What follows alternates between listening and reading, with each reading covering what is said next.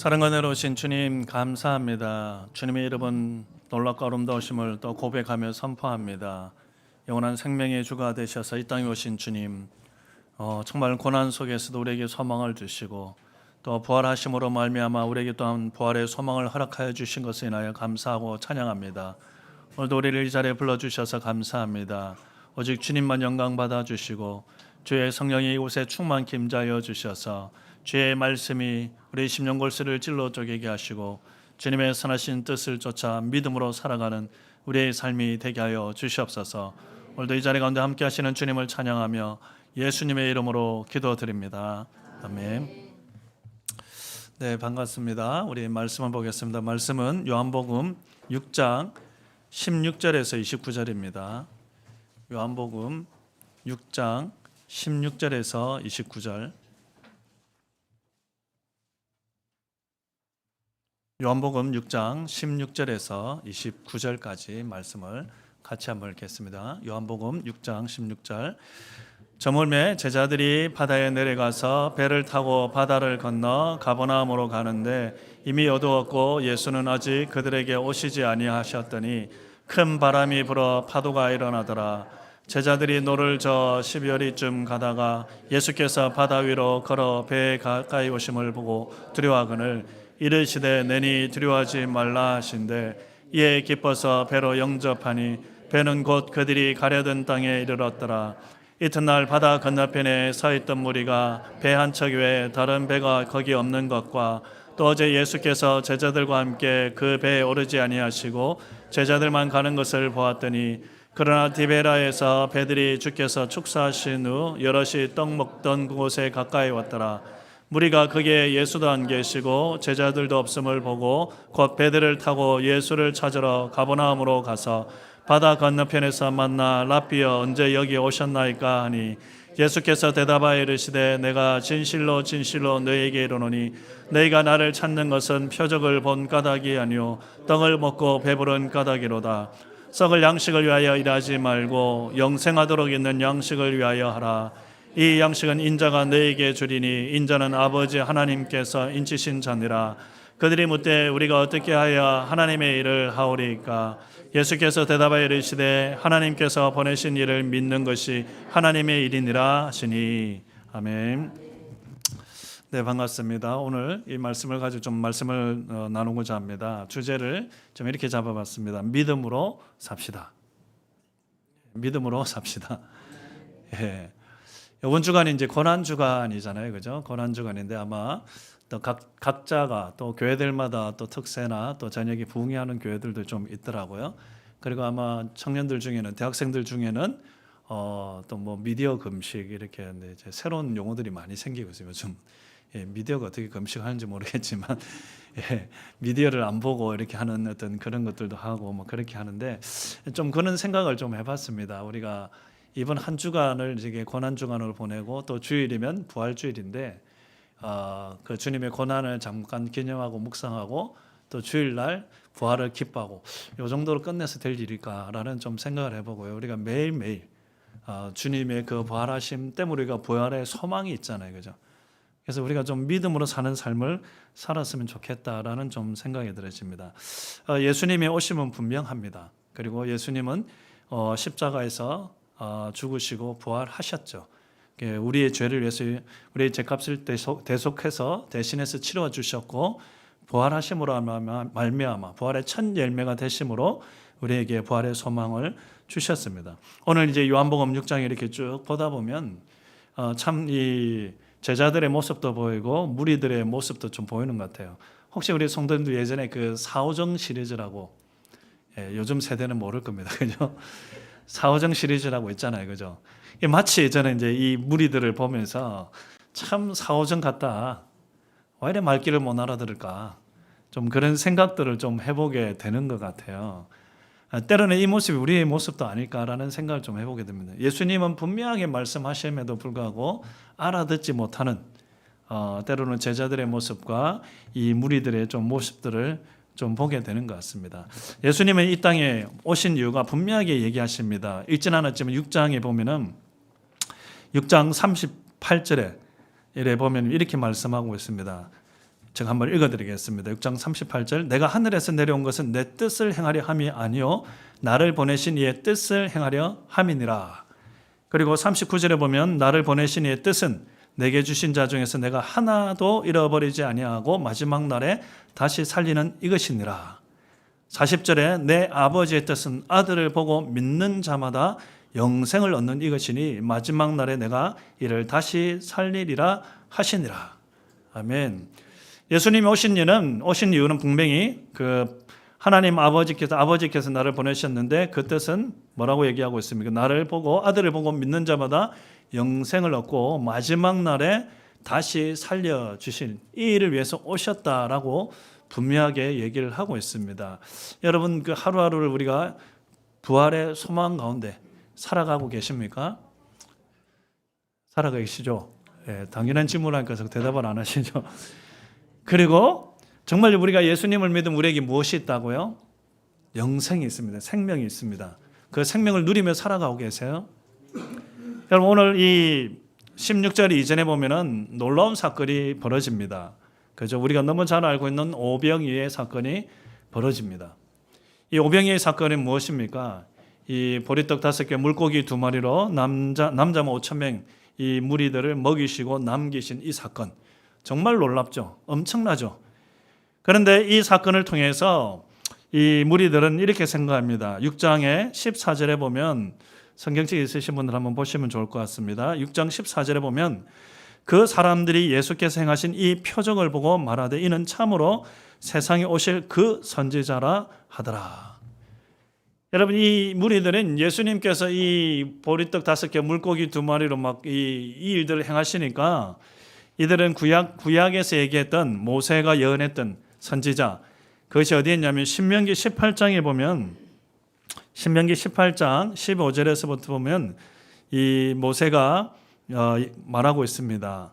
하나님께서 분명히 말씀하고 있는데 제가 한번 읽어드리겠습니다. 18장 18절 내가 그들의 형제 중에서 너와 같은 선지자 하나를 그들을 위하여 일으키고 내 말을 그 입에 두리니 내가 그에게 명령하는 것을 그가 무리에게 다 말하리라. 19절에 보면 누구든지 내 이름으로 전하는 내 말을 듣지 아니하는 자는 내게 벌을 받을 것이요. 20절 만일 어떤 선지자가 쭉 얘기를 하고 있습니다. 그래서 이 분명히 구약에서는 그 한 선지자 모세와 같은 그 선지자를 보내주실 것이다라고 예언을 모세를 통해서 말씀해 주셨어요.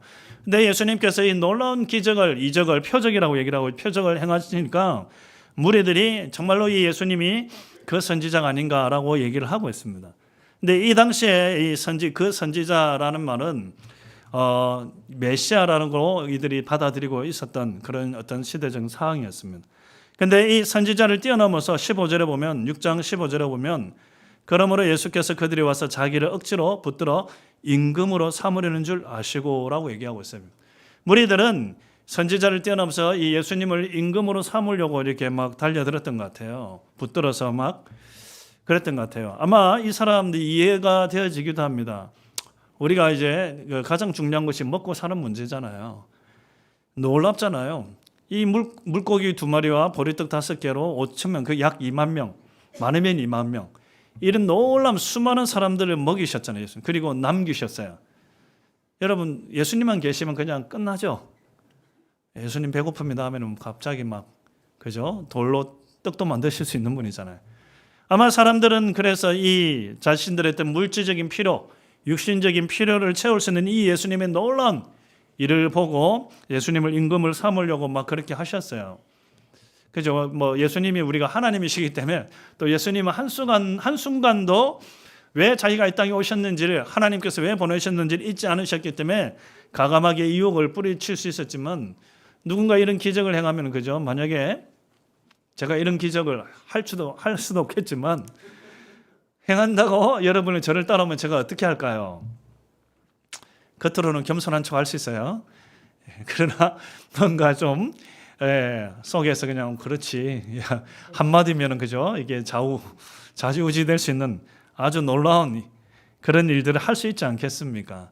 그러나 예수님은 한순간도 그분이 이 땅에 오신 이유가 무엇인지 또 하나님의 뜻이 무엇인지를 잊지 않으셨기 때문에 예수님은 그들의 어떤 배와 물질적인 필요를 채우시기 위해서 오신 분이 아니다라는 것입니다. 그러면서 이제 다시 혼자 산으로 떠나가셨다라고 얘기하면서 오늘 16절에 시작이 되어집니다. 여러분, 이 오병이의 사건을 통해서 예수님이 어떤 분인가를 보여주기를 원하셨어요. 그래서 요한복음에는 표적이다라고 얘기를 하고 있습니다. 이 놀라운, 그죠? 양을 다스릴 수 있는, 초월할 수 있는 분은 하나님밖에 없어요. 이 표적을 통해서 요한복음에서 계속 얘기하고 있는 것이 예수님이 누구시다고요? 하나님의 아들이시고 하나님이라는 사실을 이 백성들, 이 무리들이 알아야 되는데 못 알아듣죠. 그냥 물질적인 필요가 채워지니까 막 얼마나 좋아요. 그러니까 이제 예수님만 임금 삼으면은 자기들 필요가 다 채워질 수 있잖아. 그리고 16절부터 보면은 이렇게 시작합니다. 저물매 제자들이 바다에 내려가서라고 얘기를 하고 있는데, 이것은 이제 자세하게 이렇게 설명이 되어 있지 않지만 마태복음, 마가복음의 동일한 사건을 얘기를 하고 있습니다. 마태복음 14장 그리고 마가복음 6장에 보면은 예수님께서 이 혼자 산으로 떠나가신다라고 얘기하고 저물매 제자들이 바다에 내려갔다, 이 사이에 몇 가지 행동을 하셔요. 어떤 일을 하시냐면 무리들을 흩어보내십니다. 그 무리들을 흩어보내시고 또 제자들의 명령하셔요. 바다 건너편으로 가라. 그래서 제자들이 바다를 건너가는 것은 주님의 명령이었고 예수님의 뜻이었습니다. 그리고 예수님 자신은 오늘 얘기하시는 것처럼 홀로 계셔서 이제 산에서 기도하러 가시는 이것을 하게 되어집니다. 그러면서 이제 제자들은 이 저물매 이제 바다에 내려가서 배를 타고 바다를 건너 가버나움으로 가게 되어집니다. 가버나움으로 가는데 이미 어두워졌고 예수는 아직 그들에게서 오시지 아니하였다라고 얘기하고 있습니다. 그런데 18절에 문제가 생깁니다. 18절에 보면은 큰 바람이 불어 파도가 일어나더라라고 얘기하고 있습니다. 큰 파도. 이 갈릴리 바다인데, 갈릴리 바다는 성경에 보면은 사면에 이렇게 산으로 둘러싸여 있어요. 그래서 간혹 이 찬바람이 불어서 따뜻한 이 바닷물과 만나게 되어지면 파도가 일어나서 이 엄청난 폭풍처럼 갑작스럽게 돌발적인 상황들이 일어났다고 합니다. 여러분, 이 요한복음에는 자세하게 얘기하고 있지는 않지만 마태복음, 마가복음에 보면은 이런 어떤 큰 바람 때문에 제자들이 아주 곤욕을 당하게 되어집니다. 19절에도 잠깐 얘기하고 있지만 제자들이 노를 저 10여리쯤 가다가라고 얘기를 하고 있는데 마태복음 14장에 보면 이렇게 그 부분들에서 이렇게 얘기하고 있습니다. 14장 24절에 제가 읽어드리겠습니다. 배가 이미 육지에서 술이나 떠나서 바람에 거스름으로 물결로 말미암아 고난을 당하더라. 물결로 인한 고난을 당하고 있습니다. 마가복음 6장에는 뭐라고 얘기하고 있냐면 마가복음 6장 48절에 바람이 거스름으로 제자들이 힘겹게 놓아졌는 것을 보시고라고 얘기하고 있습니다. 지금 갑작스런 이 바람이 불고 파도가 아주 거세게 일어남으로 말미암아 제자들이 여러분 대다수는 많은 사람이, 제자들 중에 많은 사람이 직업이 뭡니까? 어부잖아요, 그죠? 갈릴리 바다에서는 잔뼈가 굵었을 것입니다. 어쨌든 이 예수님의 명령을 쫓아서 지금 배를 타고 가고 있는데 어부도 어쩔 수 없는, 선원도 어쩔 수 없는, 저도 어쩔 수 없어요. 어쩔 수 없는, 지금 죄송합니다. 선원도 어쩔 수 없는, 어부도 어부로 하겠습니다. 계속 선원이라니까 제가 제 이름 부르는 것 같아서 어부도 어쩔 수 없는 지금 이 상황 속에서 막 거슬려 가게 되어지고 마태복음 고난을 당하는 이 사건들이 지금 발생하고 있어요. 12월이쯤 갔다는데 12월이 올해 오늘날의 키로수로 따지면 약 5에서 6km 정도 지금 가고 있는 것입니다. 지금 고통스럽지, 고난이죠.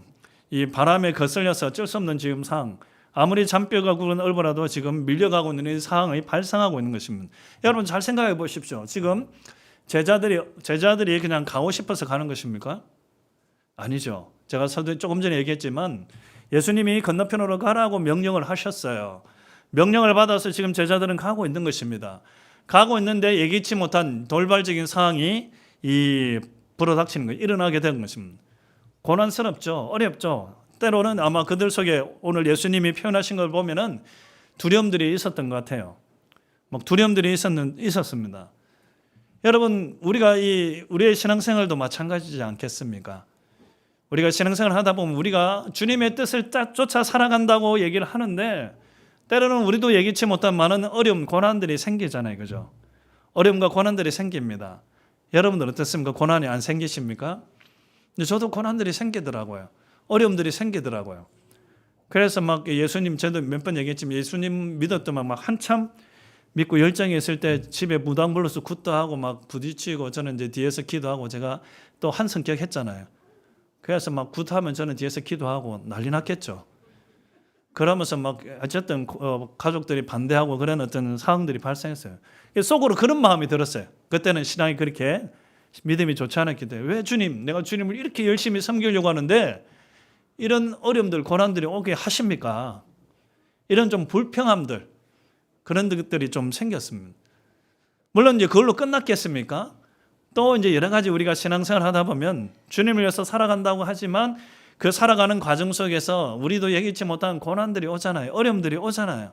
오늘 어떤 부분에서 이 제자들도 지금 예수님의 명령을 쫓아서 바다 건너편으로 지금 가고 있는데 지금 이런 고난들이, 어려움들이 지금 생기는 겁니다. 아마 그들 안에 두려움이 생겼고 자기들이 어떻게 될지 모르는 그런 어떤 상황들을 발생할 것이라는 아마 추측도 했을 것 같아요. 예기치 못한 상황이 들었습니다. 그런데 19절에 보면은 예수께서 바다 위로 걸어 배에 올라오심을 보고 두려워하거늘 이렇게 얘기를 하고 있어요. 마태복음, 마가복음에 보면은 그 예수님의 모습을 보면서 유력인가 하여 아주 소리를 지릅니다. 난리죠. 막 파도는 치고 그런데 뭔가 멀리 밤에 밤 사경이라고 마태복음, 마가복음 얘기하고 있거든요. 밤 사경이라는 것은 지금으로 하면 새벽 3시에서 6시 사이. 그러니까 가장 어두울 때 멀리서 이렇게 누군가가 바다 위로 걸어오고 있어요. 유령같이 보입니다. 그러니까 막 소리 지고 난리 났어요. 여러분 같으면 안 그러시겠습니까? 그죠? 우리는 믿음이 좋아서 주님 어서 오시옵소서 이렇게 이런 상황이 지금 발생을 하고 있는 거예요. 근데 마태복음에 보면은 재밌는 사건이 생기죠. 예수님께서 뭐 내니 두려워 마라 이렇게 했을 때 베드로가 뭐라고 얘기합니까? 만일 주시거든 나로 하여금 바다 위를 걷게 해라. 우리가 너무나 잘 아는 사건이 발생합니다. 걷다가 빠지죠. 그죠? 그래서 저는 그래도 베드로는 대단한 사람이다. 여러분 중에 혹시 바다 위를 걸어본 적이 있으십니까? 아무도 없죠? 예, 제가 바다 위를 걷는 방법을 알려드릴까요? 오른발 내딛고 오른발 빠지기 전에 왼발을 디드시고 왼발 빠지기 전에 오른발 디드시면 바다 위를 걸어가실 수 있습니다. 예, 불가능한 소리를 하죠. 그러나 베드로는 적어도 역사상 바다 위를 좀 걸었던 인물 중에 어쨌든 그래서 이 주님이 빠져들어가고 있는 베드로를 끄집어내시면서 믿음이 적은 자여 왜 의심하였느냐라고 책망조가 섞인 또 말씀을 하시는 것들을 보게 되어집니다. 어쨌든 이들은 이 예수님께서 가장 캄캄할 때 걸어오고 있는 유령 같은 그 모습을 보고 막 또 두려워하고 소리 지릅니다. 그러면서 20절에 보면 이렇게 얘기하고 있습니다. 20절을 같이 한번 읽어볼까요? 같이 시작. 예, 두려워하고 있는 그 제자들 향해서 내니 두려워하지 말라. 내니라는 말은 그 헬라어로 보면 에고 에이미라고 얘기를 하고 있습니다. 이 에고 에이미라는 것은 출애굽기에 보면은 하나님이 자신을 모세에게 들으면 나는 스스로 있는 자다. I am who I am. 그것을 얘기할 때 쓰는 헬라 표현입니다. 에고 에이미. 이 요한복음에 보면은 예수님이 자신이 나는 무엇이다라고 7번을 얘기하십니다. 뭐 생명의 떡이다. 그리고 세상의 빛이다. 양의 문이다. 그리고 예수님은 스스로를 내가 곧 길이요 진리요 생명이다. 그리고 선한 목자다. 참 포도나무다.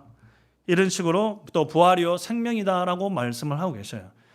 여러분 이 제자들 두려워하고 있는 이 제자들에게 다가가시면서 내다 나다라고 얘기하십니다. 이 표현은 예수님의 신성을 분명하게 보여주고 있습니다. 예수님이 자신이 어떤 분인가를 이 제자들에게 말씀하시면서 두려워하지 말라라고 얘기를 하고 있어요. 그래서 우리도 그렇습니다. 우리의 신앙생활을 하는데 때로는 우리가 예기치 못한 환경과 상황이 발생했을 때 여러분 주님은 우리와 함께 하셔요. 나다. 내가 너와 함께한다. 두려워하지 말라라고 얘기를 하고 계셔요. 그러면서 21절에 보면은 이에 기뻐서 배로 영접하니 배는 곧 그들이 가려던 땅에 이르렀더라라고 얘기를 하고 있어요. 그런데 마태복음과 마가복음은 예수님께서 배에 오르시니 바람이 그치게 되었다라고 얘기를 하고 있어요. 예수님께서 배에 오르시니 바람이 그치게 되어졌다. 이것을 보고 나서 마태복음에 있어서는 제자들이 예수님을 향해서 뭐라고 고백하냐면 진실로 마태복음 14장 33절에는 진실로 하나님의 아들이로소이다. 그런데 마가복음 6장 52절에 보면 이는 그들이 그 떡 떼시던 그 일을 깨달지 못하고 도리어 그 마음이 둔하여 졌음이로라. 여러분, 이 오병이의 기적을 통해서도 예수님 자신이 누구인가를 알려주고 계십니다. 누구인가를.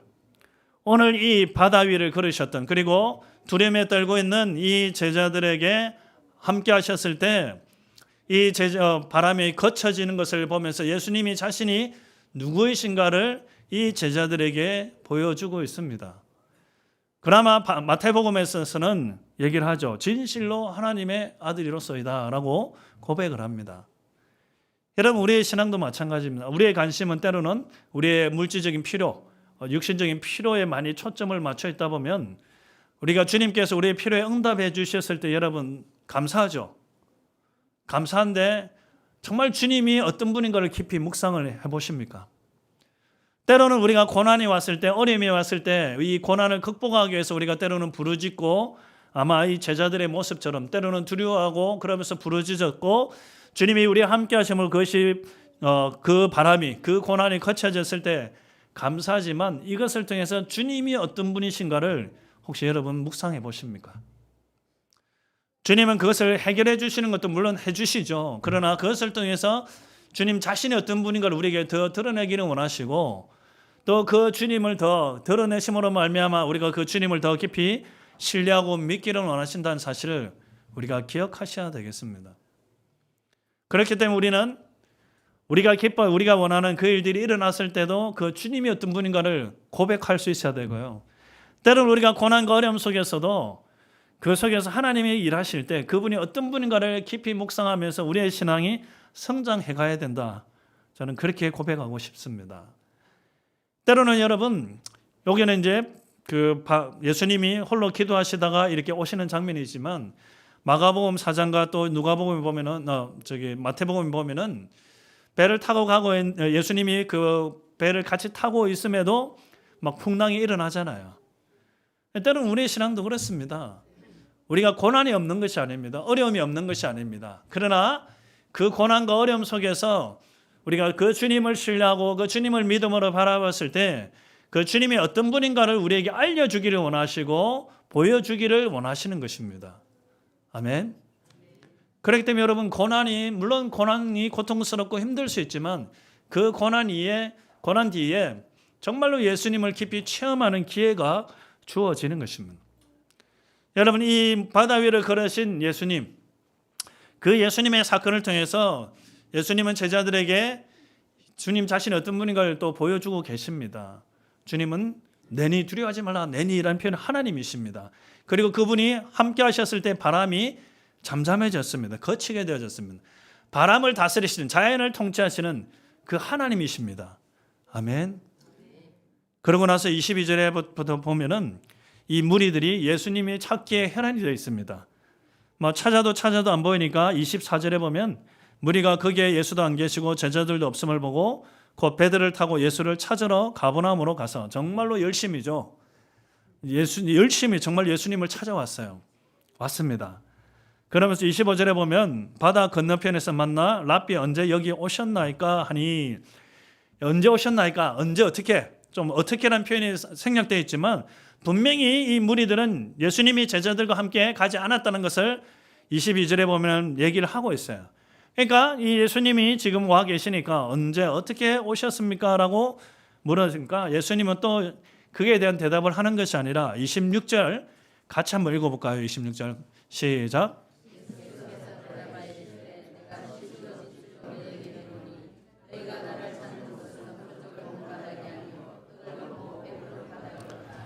제자들이 이렇게 예수님을 열심으로 찾아온 이유가 예수님은 너무나 잘 알고 계셨습니다. 너희가 표적을 본 까닭이 아니라 이 표적을 통해서 무엇을 알려주기를 원하셔요. 예수님 자신이 어떤 분인가를 보여주시고 알려주기를 원하시지만 이들은 이것에 관심이 없는 것입니다. 떡을 먹고 배부른 까닭이로다라고 얘기를 하고 있어요. 예수님이 함께 하시면 예수님이 그냥 채워주시니까, 주시니 먹을 걸 주시니까. 그러니까 그 예수님을 찾아오는 것이에요. 찾는 것이에요. 열심히 찾는 것이에요. 오늘 우리는 어떻습니까? 정말 그 예수님을 만나고 그분이 어떤 분인가를 묵상하면서 그분 앞에 나오고 있는지, 아니면 혹 우리 이 무리들의 모습처럼 떡을 먹고 배부르기 위해서, 나의 필요만 채우기 위해서 혹시 주님 앞에 나오고 있지 않는가? 그것에 대해서 주님은 이어서 얘기하십니다. 27절에 보면 썩을 양식을 위하여 일하지 말고 영생하도록 있는 양식을 위하여 하라라고 말씀하셔요. 영생하도록 있는 양식을 위하여 하라. 그러니까 정말 이렇게 얘기, 또 예수님 말씀하신 28절에 또 이상한 얘기를 합니다. 무리들이. 그들이 묻되 우리가 어떻게 하여 하나님의 일을 하오리까라고 얘기하고 있어요. 여기서 이제 한국어 성경은 일이라고 단수로 되어 있지만 원어적인 건 일들. 어떻게 하여야 하나님의 일들을 하오리까? 예수님은 이 동기에 대해서, 진짜 너희가 나에게 오고 또 나를 찾는 것이 정말로 영생하도록 하는 일을 위해 그 동기에 대해서 얘기하고 있지만, 이 무리들은 그 동기라기보다 어떤 일들, 종류와 또 얼마나 많은 일들을 해야지 하나님의 일을 하는 겁니까? 이게 오해를 하고 있고 잘못 이해하고 있는 이들의 모습인 것입니다. 간혹 우리가 그런 사람들을 보게 되어지는 것 같아요. 이 유대인들이잖아요. 유대인들 자꾸 율법의 행위들, 이 행위들을 열심히 해야지 하나님의 일을 하는 것처럼 착각하고 있는 것입니다. 오늘 우리가 이 교회를 오는 분들, 제가 새가족부를 담당하니까요, 보면은 교회를 오랫동안 다녀도 구원의 확신이 없는 분들이 계셔요. 물론 왜 그렇게 없냐 하면은 아직 자기가 죄를 많이 지어서, 그리고 선한 일을 많이 못해서 라고 고백하는 사람들이 종종 있어요. 여러분 그렇습니까? 아니죠. 그래서 예수님께서 29절에 이렇게 얘기합니다. 29절을 한 번 더 같이 읽어보겠습니다. 29절 시작.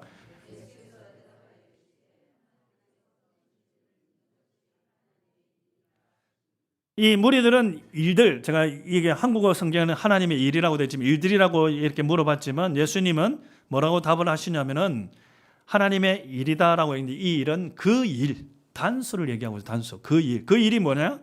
하나님께서 보내신 일을 믿는 것. 하나님께서 보내신 일을 믿는 것이 하나님의 그 일이다라고 얘기를 하고 있습니다. 하나님께서 보내신 이가 누구십니까? 예수님이시잖아요.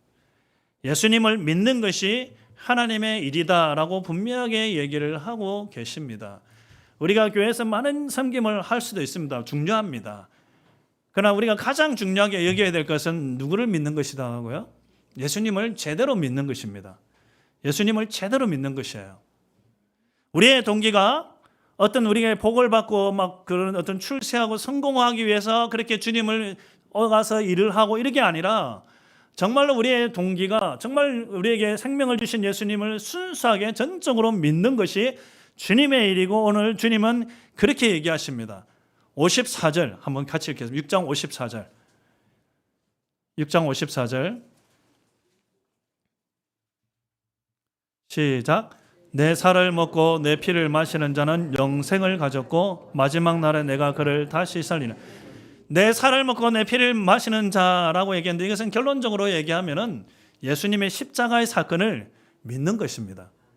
예수님의 십자가의 사건을 믿는 자는 영생을 갖게 될 것이다라고 얘기하고 있고, 예수님이 마지막 날에 예수님께서 다시 살리시겠다라고 말씀을 하고 계십니다.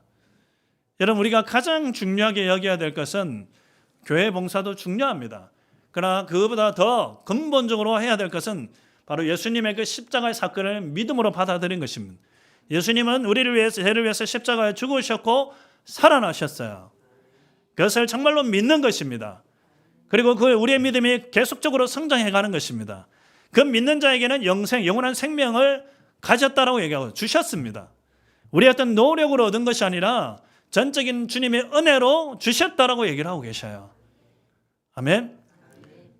우리가 선한 일을 많이 해서 구원을 얻는 것이, 영생을 얻는 것이 아닙니다. 그러면 이 자리에 아무도 이 구원을 받을 자가 없습니다. 잘 아시죠? 그리고 또 한 가지는 마지막 날에 내가 그를 다시 살리리라 라고 말씀하고 계셔요. 여러분, 이것이 정말로 소망입니다. 우리가 예수님 믿고 그냥 고난만 받다가 죽으면 참 억울할 수 있잖아요. 그러나 주님은 잘 아셔요. 그래서 마지막 날 예수님이 재림하실 때 우리를 다시 우리도 부활하게 되십니다. 아멘. 영광스러운 모습으로 바뀌게 될 것이에요.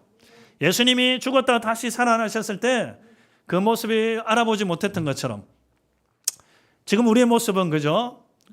미남과 그리고 미녀들만 다 있지만 우리의 변화된 모습으로 소망이 있습니다.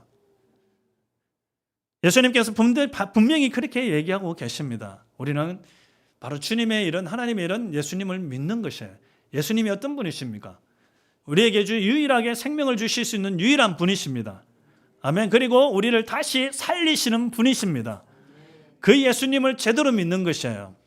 예수님은 이 무리들에게 제자들도 이 예수님이 누구인가를, 어떤 분인가를, 어떤 일을 하신 분인지를 더 깊이 알고 제대로 믿기를 바라셨던 것이에요. 오늘 우리도 마찬가지입니다. 예수님이 어떤 분인가를 제대로 알고 믿으셔야 됩니다. 그리고 우리의 신앙생활에 있어서는 때로는 좋은 일도 있을 수 있어요. 때로는 고난도 있을 수 있습니다. 좋은 일이 있을 때는, 감사한 일이 있을 때는 감사한 대로 주님이 하신 거잖아요. 그죠? 그러니까 그 주님이 어떤 분인가를 묵상하셔야 되고, 때로는 우리 앞에 고난이 다가올 때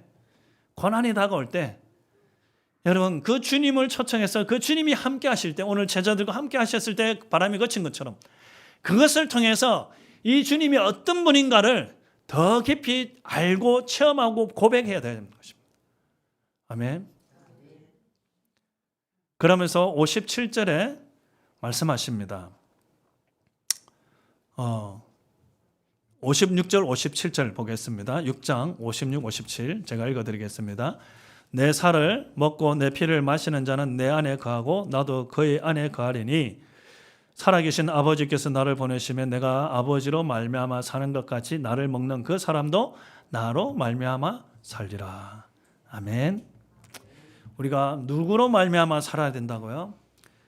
우리가 예수님의 살을 먹고 피를 마신 자라면, 이 말은 예수님을 정말 믿는 자라면 우리는 누구로 말미암아 산다? 예수님으로 말미암아 살아야 됩니다. 갈라디아 2장 20절에 잘 그것에 대해서 얘기를 하고 있습니다. 우리 같이 한번 읽어보겠습니다. 갈라디아서 2장 20절. 외우시는 분들은 외우시고, 갈라디아서 2장 20절입니다. 같이 한번 읽어볼까요? 크게 시작. 내가 그리스도와 함께 십자가에 못 박혔나니 그런즉 이제는 내가 사는 것이 아니요 오직 내 안에 그리스도께서 사시는 것이라. 이제 내가 육체 가운데 사는 것은 나를 사랑하사 나를 위하여 자기 자신을 버리신 하나님의 아들을 믿는 믿음 안에서 사는 것이라. 아멘. 여러분, 우리가 예수 그리스도를 믿으시죠?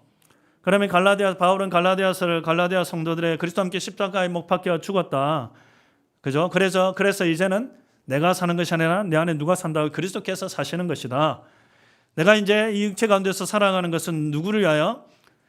바로 하나님의 아들을 믿는 믿음 안에서 사는 것이다 라고 얘기를 하고 있습니다. 하나님의 아들을 믿는 믿음 안에서 사는 것, 그것이 우리의 삶입니다. 그리스도인의 삶의 본질입니다. 주님께서 우리를 위해서 죽으셨고 또 부활하셨어요. 그러므로 말미암아 주님이 십자가에 못 박혔을 때 믿는 자는 같이 십자가에 못 박혀 죽은 자가 되었습니다. 그러나 예수님이 사심으로 말미암아 우리에게 다시 생명이 주어졌습니다. 그래서 이제는 더 이상 우리 자신을 위한 삶이 아니라 그 하나님의 아들을 믿는 믿음 안에서 사는 삶이 되어졌어요.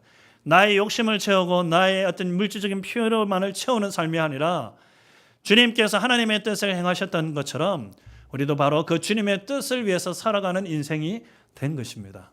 아멘. 우리가 이번 주가 고난주간이고 부활주의를 맞이하게 될 것입니다. 그냥 기념하고 감사하다 끝이 아니라 우리가 그게 맞는 삶을 살아야 되겠습니다. 우리가 주님을 믿는 믿음 안에서 살아가야 되겠습니다. 주님을 믿는 믿음 안에서 우리 주님께서는 우리에게 일어나는 모든 일을, 때로는 고난과 어려움도 합력하여 선을 이루시는 분이십니다. 아멘. 우리는 영원한 절망으로 빠지는 존재들이 아닙니다. 주님께서 함께 하시기 때문에 그 절망을 소망으로 바꿀 수 있는 분이십니다. 그 주님이 우리와 함께 하십니다. 그렇기 때문에 우리는 그 주님을 믿는 믿음으로 살아야 됩니다. 지금 현재의 어려움 때문에 절망하고 좌절하고 고통스러워할 것이 아니라 주님이 함께 하시기에 그 절망도 소망으로 바꾸는 분이십니다. 그렇기 때문에 그분을 믿는 믿음으로 살아야 되겠습니다. 때는 우리 속에 감사함이 넘치는 주님의 그 기도 응답을 통해서 우리에게 주시는 많은 것들이 있을 수 있습니다. 어느 누구는. 그런 상황 속에서 여러분, 그런 주님이 주신 것입니다. 그 주님이 주신 것임을 기억하면서 그러면 여전히 주님을 믿는 믿음 안에서 사는 삶을 더 깊이 살아가야 되겠습니다. 아멘. 우리가 이번 한 주간을 보내면서 다시 한 번 더 그 주님께서 오신 이유, 우리에게 영생을 주시고 마지막 날에 다시 살리시기 위해서 오셨습니다. 그 자신이 생명의 떡이 되어 주셨습니다.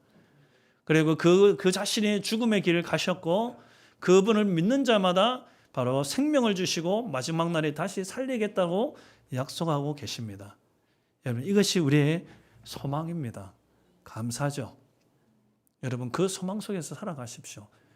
이 무리들처럼 그렇게 말함에도 불구하고 못 알아듣고 있잖아요. 엉뚱한 소리를 하잖아요. 예수님에게 또 표적을 보여달라 하고 만나를 먹여주셨는데 예수님 어떻게 하느냐? 아무리 얘기해도 못 알아들어요. 그들의 눈이 가려져 있고 그들의 마음이 가려져 있는 것입니다. 여러분, 우리가 이렇게 말씀을 듣고 읽었는데도 여전히 우리는 그 주님을 바라보기보다는 주님을 믿는 믿음 안에서 살아가는 것이 아니라 여전히 나의 고통과 나의 필요에 눈이 가려서 그 주님의 놀라우심, 오늘 찬양했던 것처럼 그 주님의 아름다우심, 그 주님의 행하신 그 일들이 나에게 어떤 의미가 있는지를 모른 채 살아간다면 그것이 비극인 것입니다. 여러분, 그 주님을 볼 수 있는 저와 여러분이 되시기를 주님의 이름으로 축복합니다. 예수 안에 생명이 있습니다. 예수 안에 부활의 소망이 있습니다. 그를 믿는 자에게 그것을 하시겠다고 약속하고 계십니다. 그렇기 때문에 오늘도 내일도 그 주님을 믿는 믿음으로 살아가시기를 주님의 이름으로 축복합니다. 같이 기도하겠습니다. 우리 한 가지만 같이 기도하겠습니다. 혹 우리가 이 때로는 제자들의 모습처럼 이 고난과 어려움 속에서 그냥 소리만 부르짖고 두려워하고 있다면 그 주님 앞에 나아가서 주님, 내니 두려워하지 말라는 그 주님의 음성을 들으며 그 주님이 우리에게 오신 이유가 영생을 주시고 마지막 날에 다시 살려주시겠다고 약속하고 계십니다. 주님, 내가 그 주님을 믿는 믿음으로 살게 하여 주십시오. 혹여나 우리 속에 이 무리들처럼 그냥 내 육신적인 피로만을 채우기 위해서 주님 앞에 놓는다면 회개하고 주님, 예수님을 바로 보게 하여 주십시오. 바로 믿게 하여 주십시오. 그분의 생명을 누리게 하여 주십시오. 그분의 부활의 소망이 나의 소망이 되게 하여 주시옵소서. 우리가 이러한 제목으로 같이 한번 기도하고 마치도록 하겠습니다. 기도하시겠습니다. 주여, 사랑과 은혜로우신 하나님 아버지, 감사와 찬송을 하나님께 올려드립니다. 그렇습니다. 우리 주님께서 이 땅에 오신 이유가 정말 하나님 정말 생명을 주시고 또 마지막 날에 다시 살리시기 위해서 주님께 아버지께서 보내신 한 명도 잃어버리지 않을 것이라고 말씀하시며 하여 감사하며 찬양합니다. 주님, 매일매일의 삶 가운데 주님 그 소망으로 살게 하여 주십시오. 주님, 예수 그리스도를 믿는 자에게 주시는 그 생명을 영생을 누리며 살게 하여 주십시오. 하나님, 두려워하거나 염려할 것이 아니라 주님이 함께 하심으로 말미암아 내니 두려워하지 말라는 그 음성 앞에 믿음으로 반응하게 하여 주시며 주님이 주신 생명을 누리며 또 영원한 생명을 주실 그 주님을 소망하며 사는 우리의 삶이 되게 하여 주시옵소서. 주님, 간절히 기도합니다. 우리 눈이 가려져 있다면 우리의 눈을 열어주시고 우리의 심령이 하나님 땅만 막혀져 있다면 주님 열어주셔서 우리 예수님이 어떤 분인 걸 분명히 알고 보게 하여 주십시오. 그분이 주시는 생명을 누리게 하여 주십시오. 그분이 주시는 소망을 가운데 살아가게 하여 주시옵소서. 하나님 아버지, 우리가 또 때로는 고난과 어려움 속에 있달지라도 주님 합력하여 선을 이루시는 분이 주님이십니다. 그 주님을 믿음으로 신뢰하며 나아가게 하여 주시며 그 주님이 함께 하실 때 바람도 잠잠하게 하신 분이 그심을 고백하며 주여, 주님을 믿는 믿음으로 더 살아가는 우리 하루하루의 삶이 되게 하여 주시옵소서. 주님 감사합니다. 주님 찬양합니다. 하나님 감사합니다. 우리 주님께서 이 땅에 오신 이유가 정말 하나님 생명을 주고 믿는 자에게 영생을 주고 마지막 날에 다시 살리시기 위해서 이 땅에 오셨습니다. 지금 주님 십자가에 죽으셨습니다. 그 주님을 믿는 자에게 그것을 주시겠다고 약속하셨습니다. 주님 감사합니다. 우리가 매일매일의 삶 가운데 우리가 어떤 상황에 놓여 있든지 간에 우리 주님이 어떤 분인가를 깊이 묵상케 하시고 그 주님을 믿음으로 신뢰하며 고백하게 하시며 예수 그리스도를 믿는 자에게 주시는 생명의 삶을 누리게 하여 주시고 모든 것을 합력하여서 누리신 하나님을 더 믿음으로 바라보며 선포하며 우리의 모든 연약함과 어려움들을 주님 앞에 아랠 때 주님께서 잠잠케 하실 것을 믿음으로 선포케 하여 주시며 주님 또 마지막 날에 다시 살리실 그 부활의 소망 가운데 매일매일 살아갈 수 있도록 성령님 역사하여 주시옵소서. 감사하며 예수님의 이름으로 기도드립니다. 아멘. 하늘에 계신 우리 아버지여, 이름이 거룩히 여김을 받으시오며 나라의 임옵시오며 뜻이 하늘에서 이루어진 것 같이 땅에서 이루어지이다. 오늘날 우리에게 일용할 양식을 주옵시고 우리가 우리에게 죄 지은 자를 사하여 준 것 같이 우리 죄를 사하여 주옵시고 우리를 시험에 들게 하지 마옵시고 다만 악에서 구하옵소서. 대개 나라와 권세와 영광이 아버지께 영원히 있사옵나이다. 아멘.